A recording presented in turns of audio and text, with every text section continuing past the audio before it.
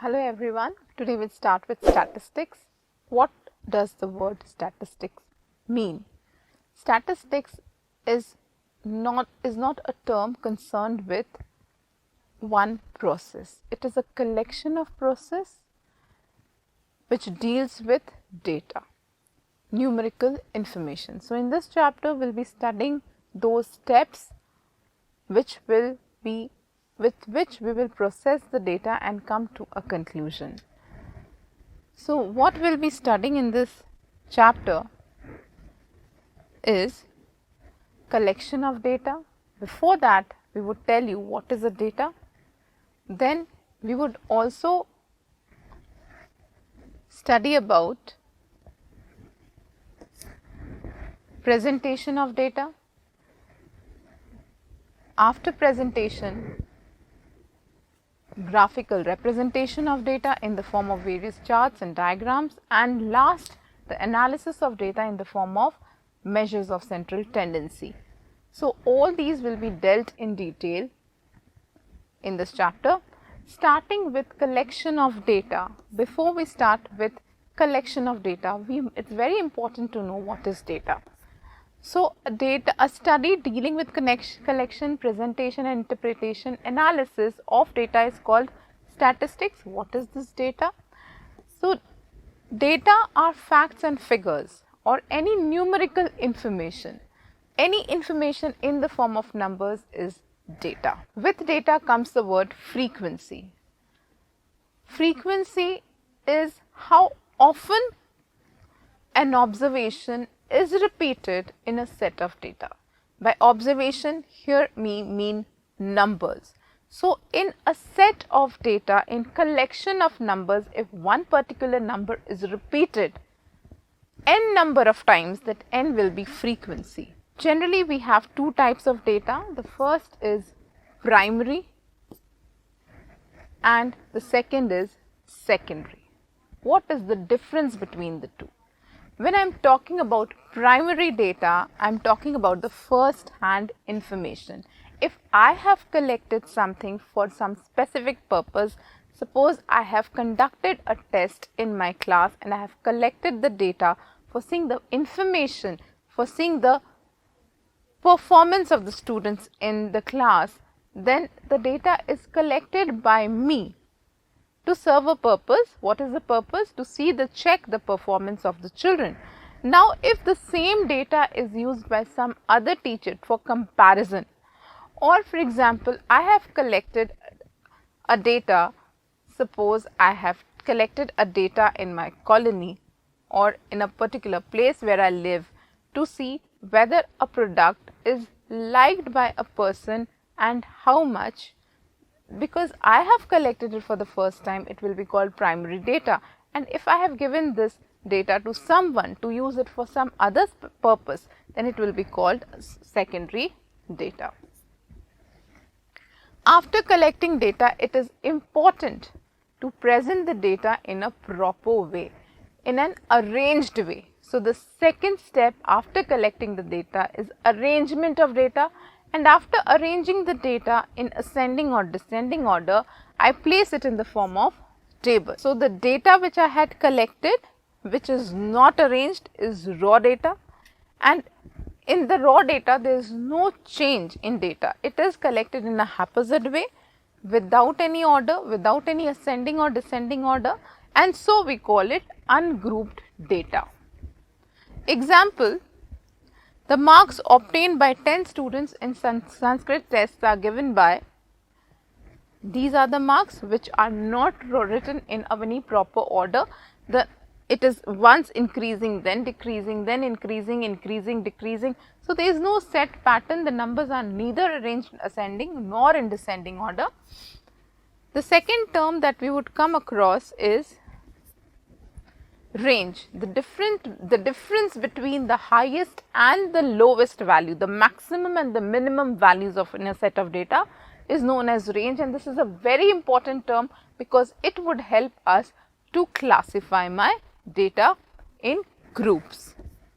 So according to this example, here the range of data is 70. Frequency distribution. What is frequency distribution? It is a way of presenting the data or representing the data in the form of a table.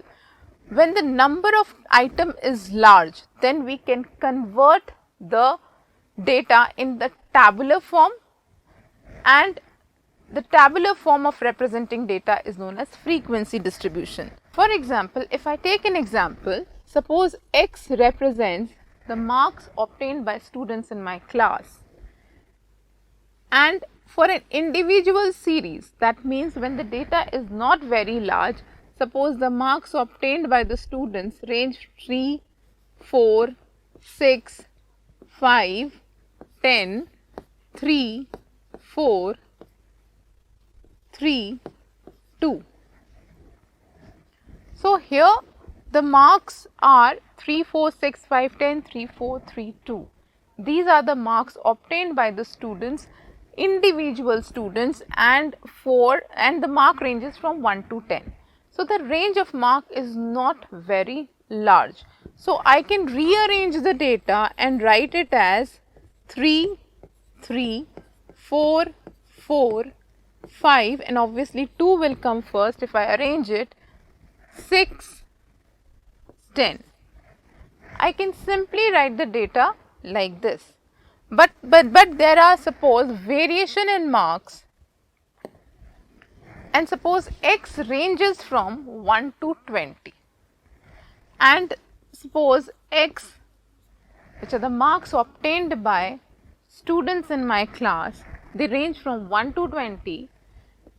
I have 1, 3, 4, 1, 4, 12, 12, 14, 16, 18, 18, 12, 4, 3, 1, 1, 1, 2, 2, 5, 5, 15, 5, 17, 19, and it goes on and on and on. Then it would be really difficult to write it in a row in the form of individual data. In that case, we use frequency distribution. Suppose I have given a test to the students out of 20 marks, and the scores obtained by the students are, arranging the scores in ascending order. Arranging the scores in ascending order, I have 5, 10, 15, 17, 18 and 20. These are the scores obtained by the students of my class, and my class strength is very high. Frequency here will denote the number of students obtaining the respective marks, because the marks obtained by the students may be repeated. Here suppose X denotes number of students in a class, X denotes marks obtained by students in a class, and X denotes number of students. Suppose there are 10 students in my class who obtained 5 marks, 12 students in my class who obtained 10 marks, 5 students obtaining 15 marks, 13 students obtaining 17 marks, 12 obtaining 18 marks, and 8 students obtaining full marks 20. So if I add up all the students, it will come to 22, 27, 30, 40, 50, 60. Had it been possible to write all these 60 numbers in a line if we did not have this concept of frequency? The concept of frequency helps us to form this frequency distribution, or helps us in tabulating the data so that it can be presented in a very meaningful way.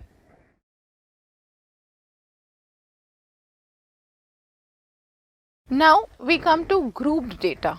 Whatever we have discussed now was frequency distribution, where individual marks were written, and along with frequency distribution and without frequency distribution.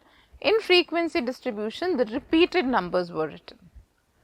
But to present the very large number of items, suppose we have marks allotted to be 100. Suppose the maximum marks is 100, then constructing a X column would require or may range from, if a test is conducted out of 100 or the paper is out of 100, it is very likely that a student may get 0, which should not happen, but he may get 0. I may have possibility of 1, 2, 3 till 100. Again, tabulation in the form of frequency distribution would become very difficult. In this case, we need to find out some other method which will shorten my list. Shortening the list means making the data handy, readable and easy to interpret. So, this method would not work. We need to find out some other method. What is that method? We would group the marks obtained by students. Suppose my first group is the group of students obtaining marks from 0 to 10. I will explain what does this mean. This means that here X ranges from greater than equal to 0, less than 10. That means the marks, this is a group of marks greater than equal to 0. So, this range will include the marks from 0 to less than 10. The second group may contain marks from 10 to 20. That means this group would include marks from 10 to less than 20.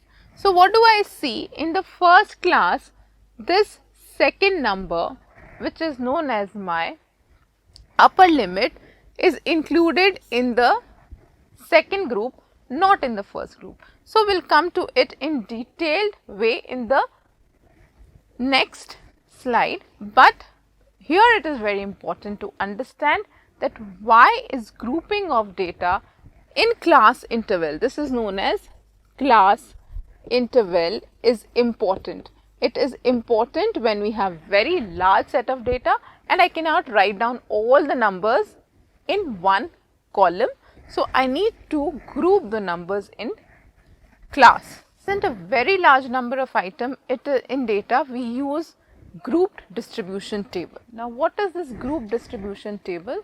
In group distribution table, class intervals are mentioned. What are class intervals? When the data is too large and I have to group the data in certain groups. The first kind of class interval is inclusive or discontinuous frequency distribution. In this, the upper limit of one class is different from the lower limit of the next class, and it is said to be inclusive or discontinuous frequency distribution. For example, as I told you, in class interval, suppose my first group is marks from 0 to 10, then I have from 11 to 20, then I have 21 to 30, then I have 31 to 40.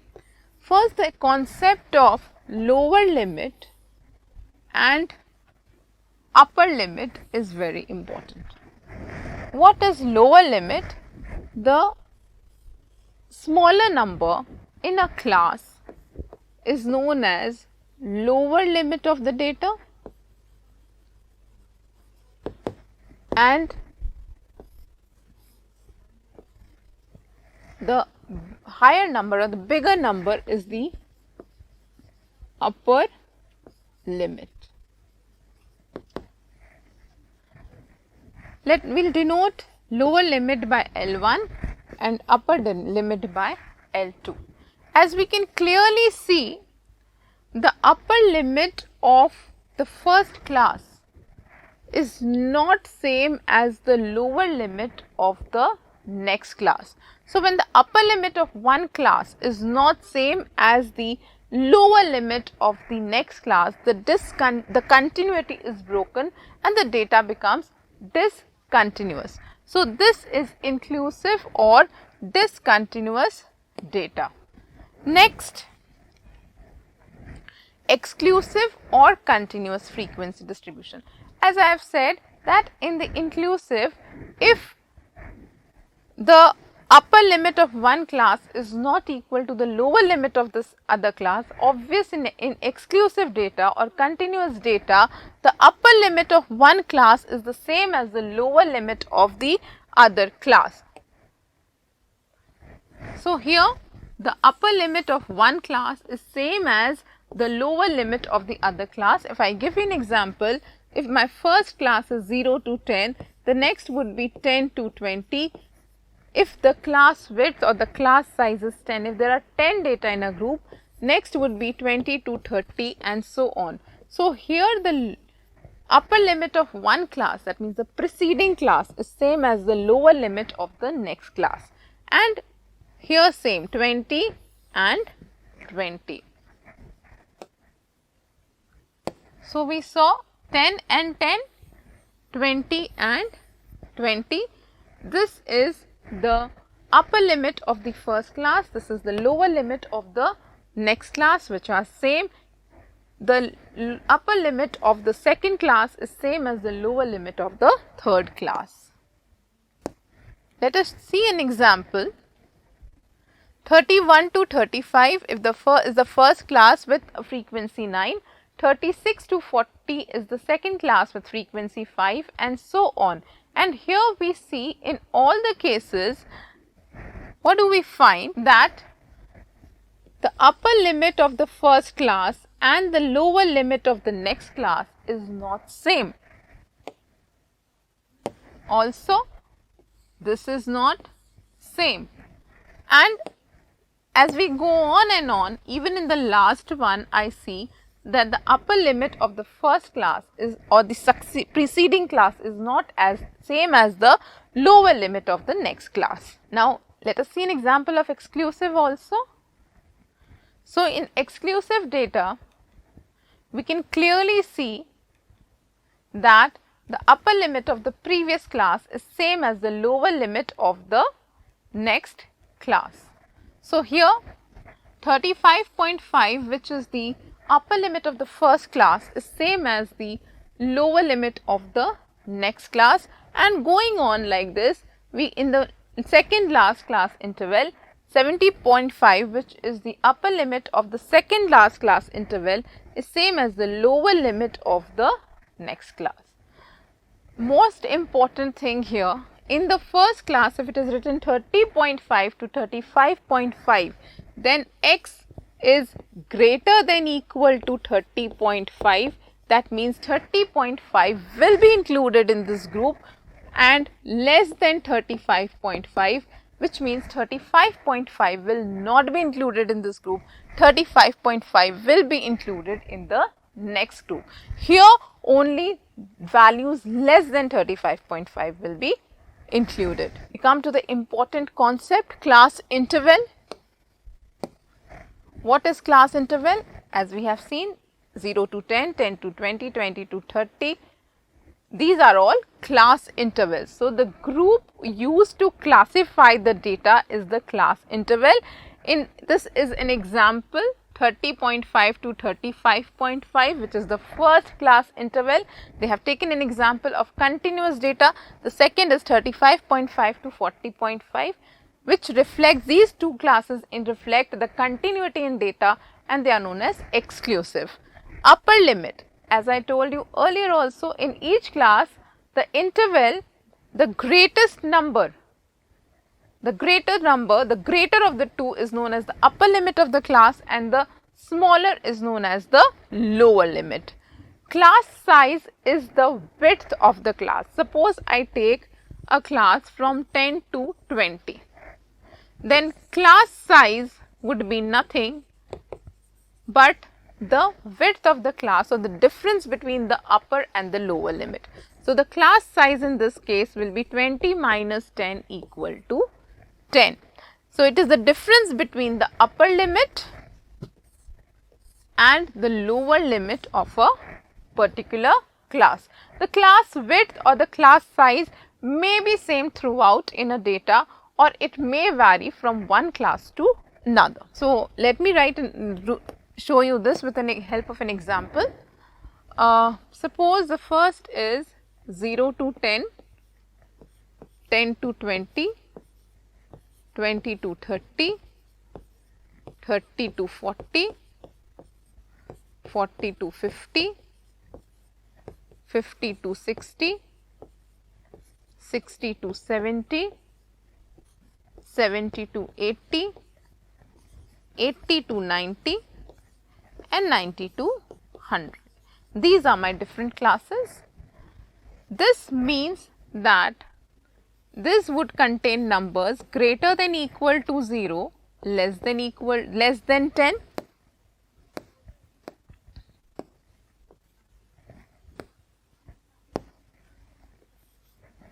this class would contain numbers less than equal to 20 and so on. So, clearly we can see that this number is included in the second class, not in the first class. And suppose the frequencies are 5, 7, 12, 2, 18, 3, 14, 15, 7 and 9. These are the number of students. To study the upper limit and the lower limit, which is the lower among the two? The smaller is 0. So, 0 is my lower limit of the first class and 10 is the upper limit of the first class. Similarly, 30 is the upper limit of the fourth class and 40 is the 30 is the lower limit of the fourth class and 40 is the upper limit of the fourth class. If I take another example, suppose I have class from 0 to 10, 10 to 20, 20 to 40, 40 to 60, 60 to 90, 90 to 120, 120 to 160, 160 to 100, 200, 200 to 240. Here we do not have classes of equal width. What do we mean by width or the size? The size or the width is nothing but the difference between the upper and the lower limit. So, here the difference between upper and lower limit is 10. In this case, the difference between the upper limit and lower limit is again 10. Here the difference is 30. Here the difference is 20. So, these differences are nothing but the class size. In the previous example, the class sizes were all same, but in this example, the class sizes are different.